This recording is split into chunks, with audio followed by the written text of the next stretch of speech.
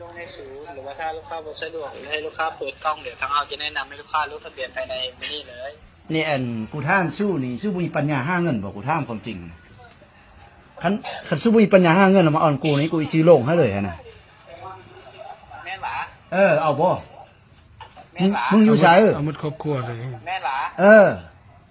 แม่นหวามึงจะเอาจากโลงศพกูจะเอาให้มึงนี่นะแม่นหวา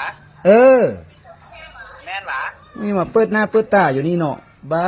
เบิ่งหน้านะมึงเปิดกล้องแล้วเบิ่งหน้ากันดูเปิดกล้องดูโอ้มุยปัญญาห้าเงินวะบักอันนี้นะเปิดกล้องดูเปิดเฮ็ดหยังกูบ่เปิดแล้วอันสู้มาแฮกมานั่นเงินบัญชีกูมีแต่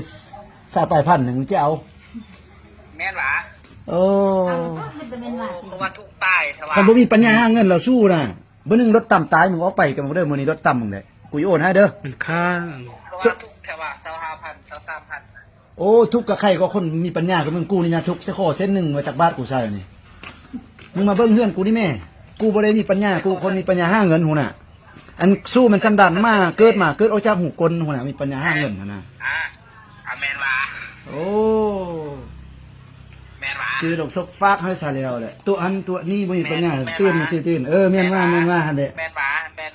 ว่าเอาตายทั้งโคตรทั้งวงสู้มันเด้อสกอยสู้ตายหมดแมนว่ามึงแต่ตัวคนบ่มีปัญญาคนกูมีปัญญาแมนว่า